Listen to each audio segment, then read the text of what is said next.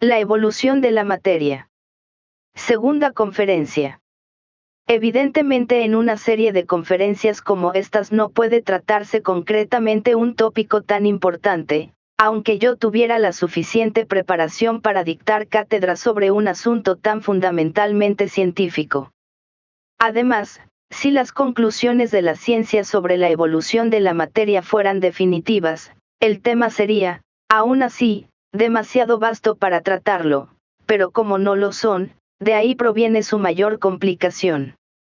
Esta noche quiero enunciar previamente que mi objetivo consiste en hablar especialmente a quienes carecen de conocimiento científico, para darles un concepto general de las ideas comúnmente aceptadas. Por lo tanto, haré algunas sugerencias que ayudarán a ajustar nuestras mentes a este gran problema de la materia.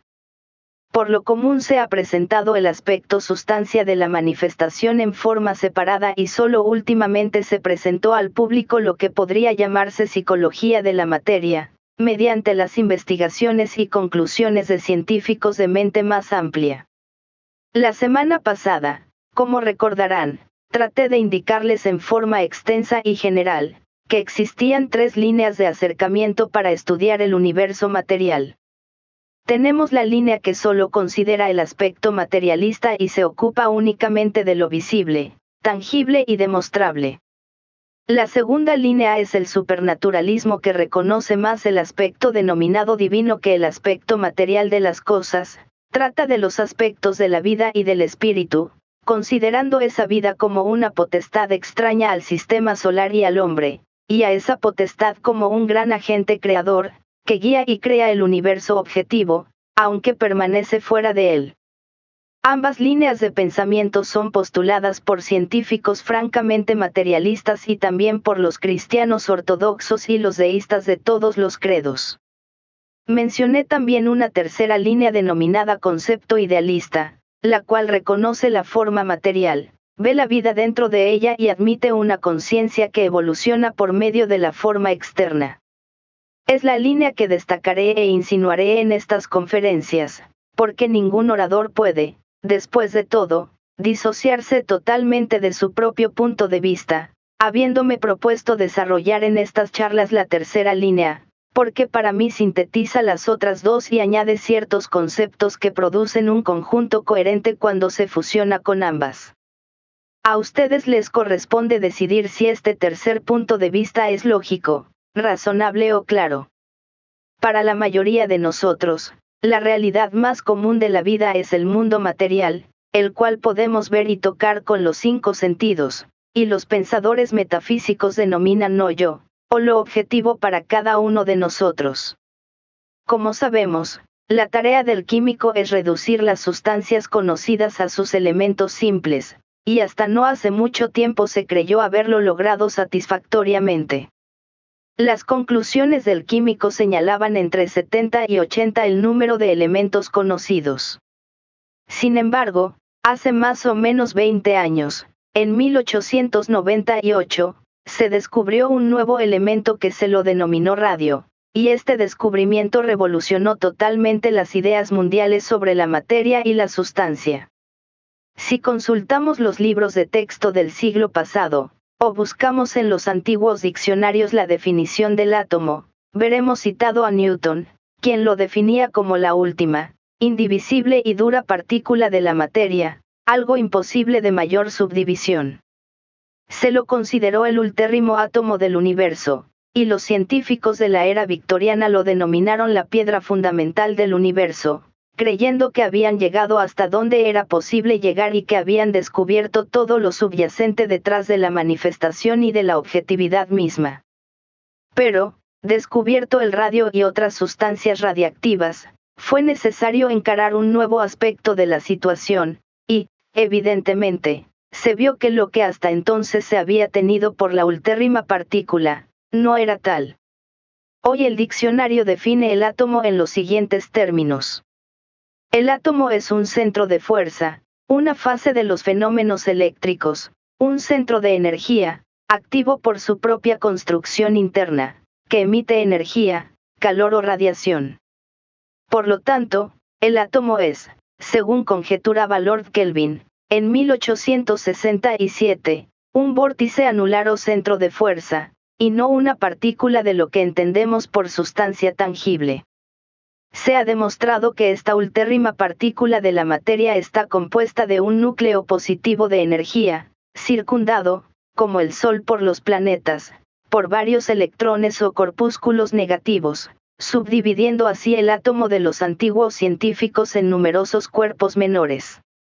Los elementos difieren según el número y disposición de estos negativos electrones alrededor de su núcleo positivo, y giran o circulan en torno a esta carga central de electricidad, como nuestro sistema planetario gira alrededor del Sol. El profesor Sadi, en uno de sus últimos libros, señala que en el átomo puede observarse todo un sistema solar con su Sol central y los planetas que recorren sus órbitas a su alrededor. Resulta evidente para cada uno, que al analizar y estudiar esta definición del átomo, surge un concepto totalmente nuevo de la sustancia. Por lo tanto, las aseveraciones dogmáticas están fuera de lugar, porque nos damos cuenta que probablemente un próximo descubrimiento puede revelar que los electrones son mundos dentro de otros mundos. Hay una interesante conjetura sobre estas líneas en un libro escrito por un pensador científico, donde sugiere dividir y subdividir el electrón en lo que denomina psicones, y penetrar así en reinos que ahora no se consideran físicos. Quizás sea esto un sueño, pero lo que trato de plasmar en mi mente y en la de ustedes, es que apenas sabemos dónde nos encontramos respecto a las ideas científicas, como tampoco sabemos dónde nos hallamos en los mundos religioso y económico. Todo pasa por un periodo de transición, cambia el antiguo orden, y los viejos métodos de ver las cosas resultan falsos o inadecuados, y las caducas formas de expresar las ideas parecen inútiles. Todo cuanto cabe ahora al hombre inteligente es reservar su opinión, cerciorarse de lo que cree ser la verdad, y entonces esforzarse por sintetizar ese aspecto particular de la verdad universal con el aspecto aceptado por su semejante. Podemos entonces considerar que el átomo se resuelve en electrones, y expresarlo en términos de fuerza o energía. Un centro de energía o actividad, sugiere un concepto dual, la causa del movimiento o energía, y aquello que energetiza o activa. Esto nos conduce directamente al campo de la psicología, porque siempre se ha considerado que la energía o fuerza es una cualidad, y donde hay cualidad estamos realmente considerando el campo de los fenómenos psíquicos. Al ocuparnos de la materia aparecen continuamente ciertos términos comunes, factibles de una amplia diversidad de definiciones. Al hojear días pasados un libro científico, me desalentó saber que el autor decía que eran totalmente diferentes los átomos del químico, del físico, del matemático y del metafísico, y esta es una de las razones para no dogmatizar sobre estas cuestiones. Sin embargo, correcta o no, tengo que presentar una hipótesis bien definida. Al hablar del radio, probablemente nos aventuremos en el reino de la sustancia etérea, la región del éter o del protilo, palabra acuñada por Sir William Crookes, que la definió como protilo es una palabra análoga a protoplasma, y expresa la idea de la materia original primaria, antes de la evolución de los elementos químicos. La palabra que me aventuré a emplear para tal propósito está compuesta de dos voces griegas que significan, antes que, y, la materia de que están hechas las cosas. Por lo tanto, estamos retrotrayendo el concepto de la materia al punto en que siempre lo ubicó la escuela oriental, a la materia primordial, llamada también por los orientalistas éter primordial, aunque debe recordarse que el éter de la ciencia está infinitamente lejos del éter primordial del ocultista oriental, el cual nos lleva de vuelta a ese intangible algo, base de las cosas objetivas que vemos, tocamos y manejamos. La palabra sustancia significa lo que está debajo o detrás de las cosas. En consecuencia, solo podemos decir en relación con el éter del espacio, que es el medio en que actúa o se hace sentir la energía o fuerza. Cuando en estas conferencias hablé de energía y fuerza y de materia y sustancia, podemos separarlas en nuestra mente de la manera siguiente: al referirnos a energía y sustancia consideraremos lo que aún es intangible, y emplearemos la fuerza, en conexión con la materia, al tratar con el aspecto objetivo que estudian definidamente los científicos. Sustancia es el éter en uno de sus múltiples grados, subyacente en la materia misma. Cuando mencionamos energía debe existir lo que energetiza esa fuente de energía y su origen, que se manifiesta en la materia. Esto es lo que trato de destacar. ¿De dónde procede esta energía y qué es? Los científicos reconocen cada vez con mayor claridad las cualidades que el átomo posee, y convendría tomar los diversos tratados científicos que se ocupan del tema de la materia atómica, y observar cuál de sus numerosos y variados términos pueden ser a su vez aplicados al ser humano. He tratado de realizar esto en pequeña escala y me resultó muy iluminador. Ante todo sabemos que al átomo se le atribuye energía y el poder de cambiar sus modos de actividad. Un autor lo ha dicho, en todos los átomos del mundo se estremece una absoluta inteligencia. A este respecto señalaré que Edison, al ser entrevistado por un periodista de Harper's Magazine en febrero de 1890, y al ampliar sus declaraciones en el Scientific American en octubre de 1920, en la primera entrevista dijo: "No creo que la materia sea inerte y la mueva una fuerza externa. Me parece que todo átomo posee algo de inteligencia primitiva. Consideremos los miles de formas en que los átomos de hidrógeno se combinan con los de otros elementos para formar las diversas sustancias. ¿Quiere usted decir, dijo el periodista, que lo hacen sin poseer inteligencia? Los átomos en armónica y útil relación asumen hermosas e interesantes formas y colores, o exhalan un fragante aroma como si expresaran su satisfacción. O unidos en determinadas formas, constituyen animales de orden inferior. Finalmente, se combinan en el hombre, que representa la total inteligencia de todos los átomos". El periodista preguntó: ¿pero de dónde procede originariamente esta inteligencia? Edison respondió: de algún poder superior a nosotros. Entonces ¿cree usted en un creador inteligente, en un Dios personal? Desde luego. La existencia de un Dios así, puede demostrarse, a mi entender, por medio de la química. En la larga conversación publicada en 1920 en el Scientific American, Edison presentó un gran número de interesantes suposiciones, de las que extraje las siguientes. 1. La vida es indestructible, como la materia. 2. Nuestro cuerpo está constituido por miríadas de entidades infinitesimales, siendo cada una en sí, una unidad de vida, así como el átomo está constituido por miríadas de electrones. 3. El ser humano actúa como un conjunto más bien que como una unidad. El cuerpo y la mente expresan la voz y el voto de las entidades de vida. 4. Las entidades de vida construyen de acuerdo a un plan. Si parte del organismo vital es mutilado, lo reconstruyen exactamente como era antes. 5. La ciencia reconoce la dificultad de trazar una línea entre lo inanimado y lo animado. Quizás las entidades de vida extienden sus actividades a los cristales y cuerpos químicos. 6. Las entidades de vida son inmortales, de manera que por lo menos, en esta medida, la vida eterna es una realidad que muchos anhelamos.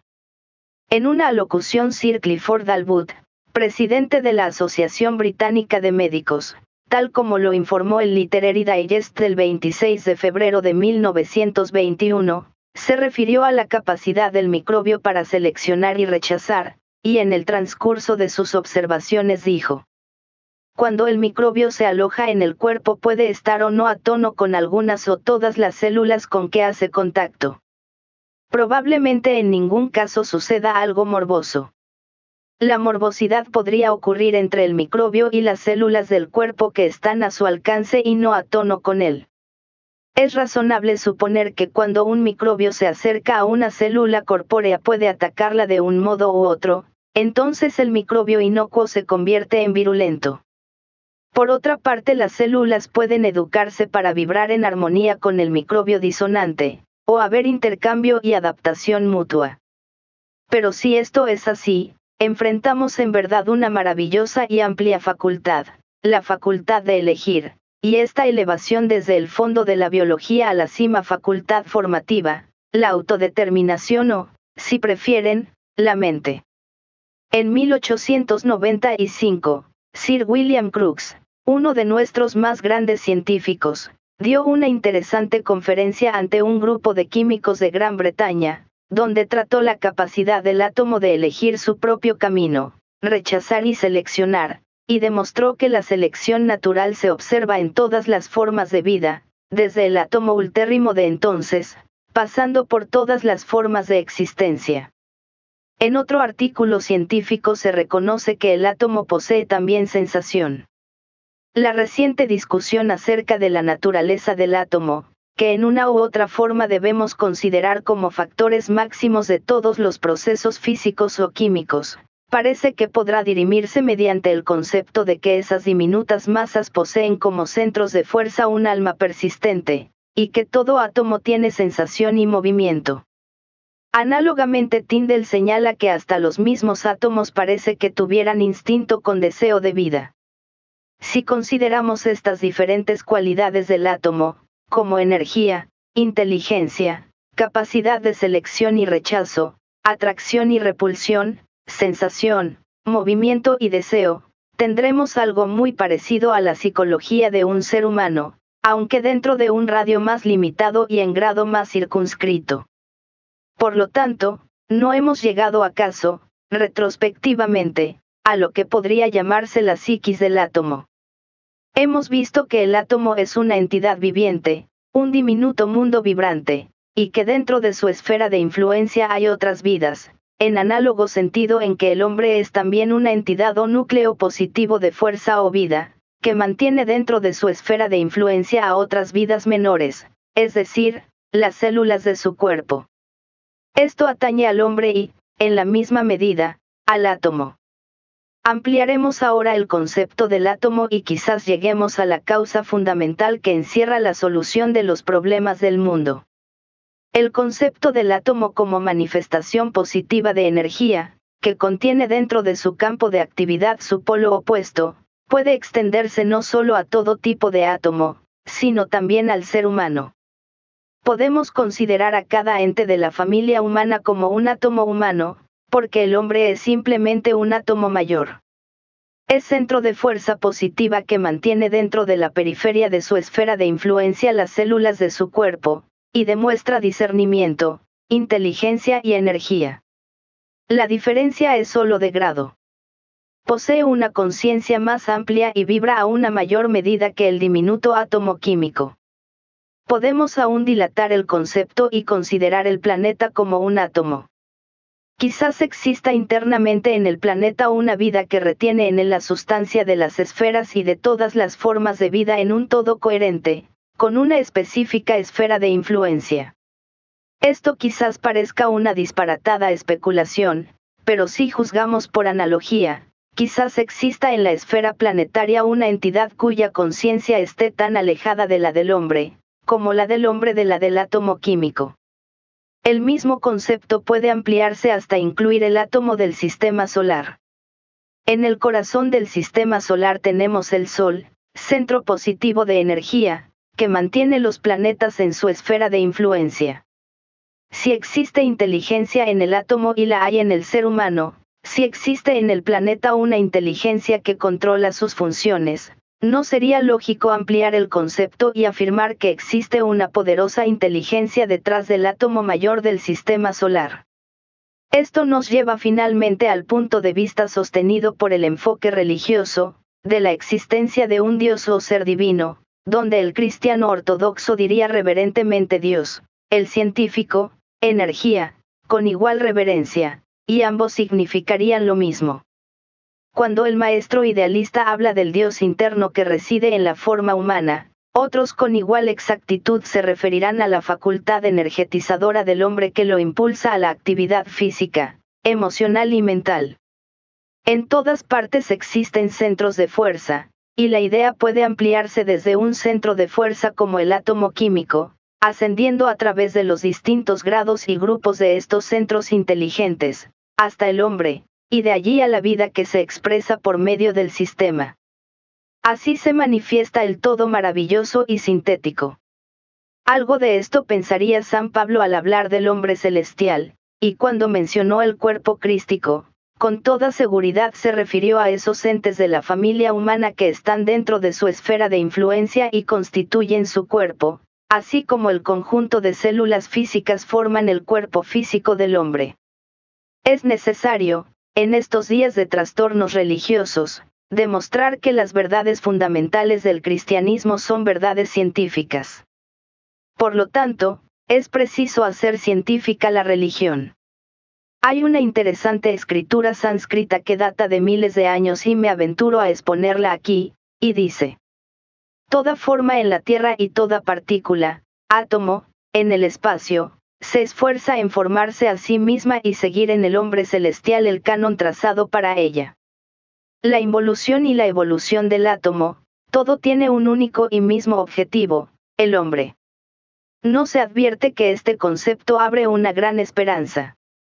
Todo átomo de materia con inteligencia latente, discernimiento, facultad selectiva, llegará en el transcurso de los eones a una etapa avanzada de conciencia llamada humana.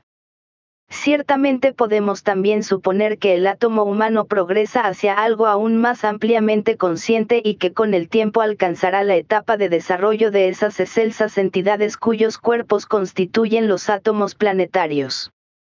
Cabe preguntarse, ¿qué les espera a esas entidades?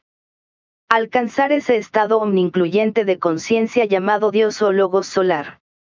Ciertamente es lógica y práctica esta enseñanza. La antigua y esotérica exhortación que dice al hombre, conócete a ti mismo, porque en ti hallarás todo lo conocible, es la regla para el inteligente estudiante. Si nos consideramos científicamente centros de fuerza, manteniendo la materia de nuestro cuerpo dentro de nuestra esfera de control y actuando en y dentro de ellos, tendremos una hipótesis capaz de interpretar todo el plan cósmico.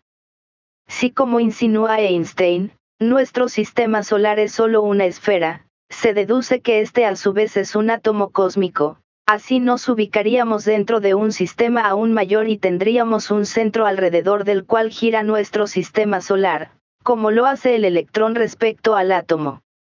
Los astrónomos dicen que todo el sistema solar probablemente gire en torno de un punto central en el firmamento.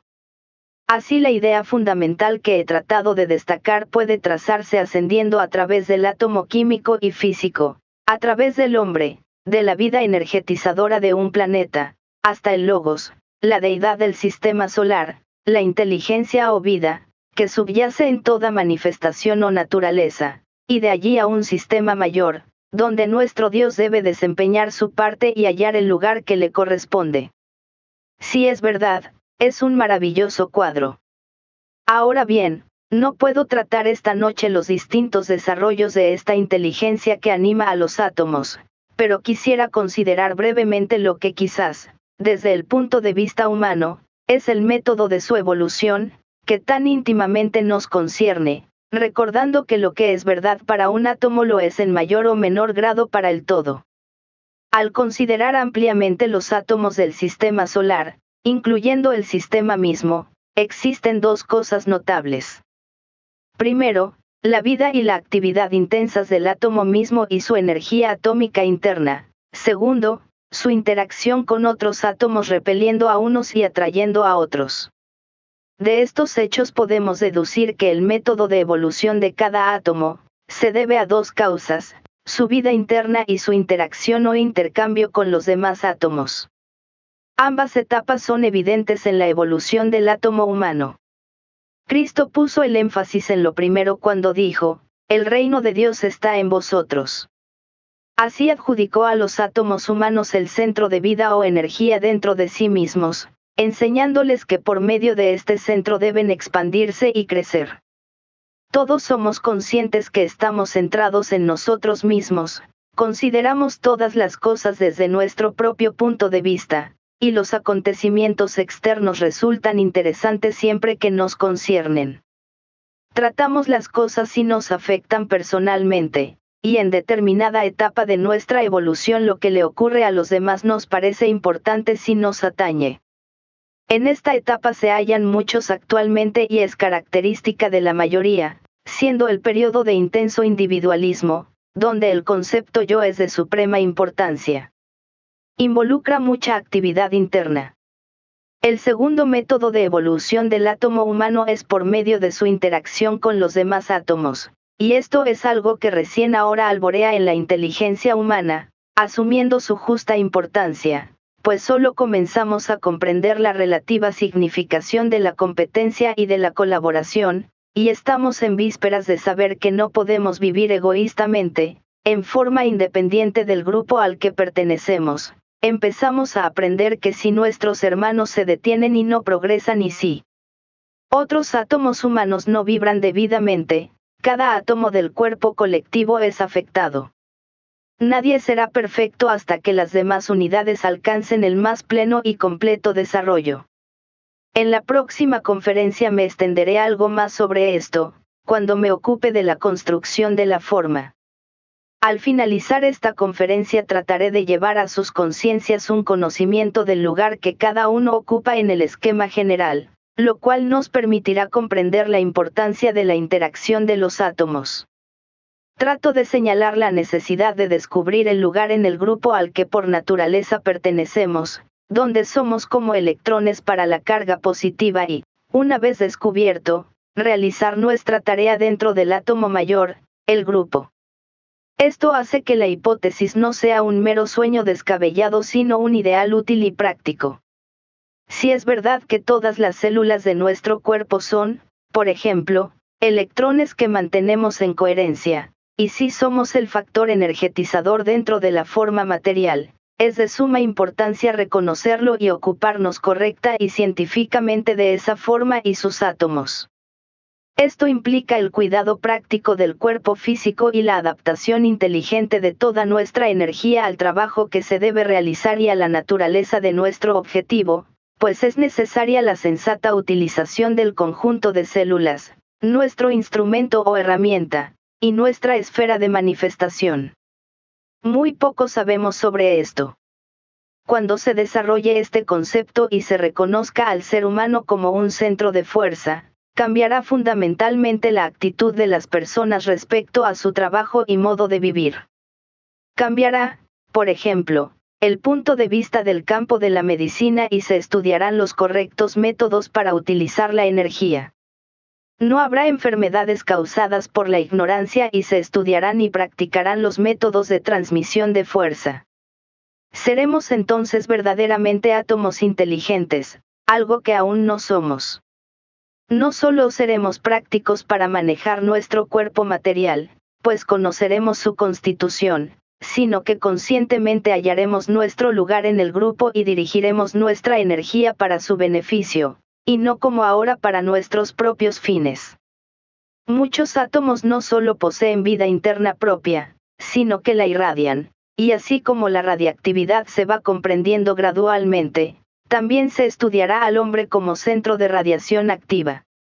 Estamos en vísperas de admirables descubrimientos, nos acercamos a una maravillosa síntesis del pensamiento mundial, avanzamos hacia ese periodo en que la ciencia y la religión se ayudarán mutuamente, y la filosofía contribuirá al conocimiento de la verdad. El empleo de la imaginación abrirá con frecuencia una maravillosa visión, y si esta imaginación se basa en lo esencial y comienza con una hipótesis lógica, quizás nos lleve a solucionar algunos de los enigmas y problemas que perturban hoy al mundo. Si las cosas son misteriosas e inexplicables para nosotros, será porque la gran entidad que se manifiesta por medio de nuestro planeta está llevando a cabo un propósito y plan definidos, análogamente a como lo hacemos en nuestras vidas. A veces llevamos el cuerpo físico a situaciones donde le producimos dificultades dolorosas y agobiadoras. Aceptada la hipótesis tratada, es lógico suponer que la gran inteligencia de nuestro planeta también lleva su cuerpo de manifestación que incluye la familia humana a situaciones angustiosas para los átomos. Ciertamente es lógico suponer que el misterio de cuanto vemos a nuestro alrededor está oculto en la voluntad o inteligente propósito de esa vida mayor que actúa a través de nuestro planeta, como el hombre actúa a través del cuerpo físico. Sin embargo, esa vida, esa inteligencia superior a la nuestra, es un átomo de una esfera aún mayor, donde mora el logos solar, la inteligencia que contiene todas las vidas menores.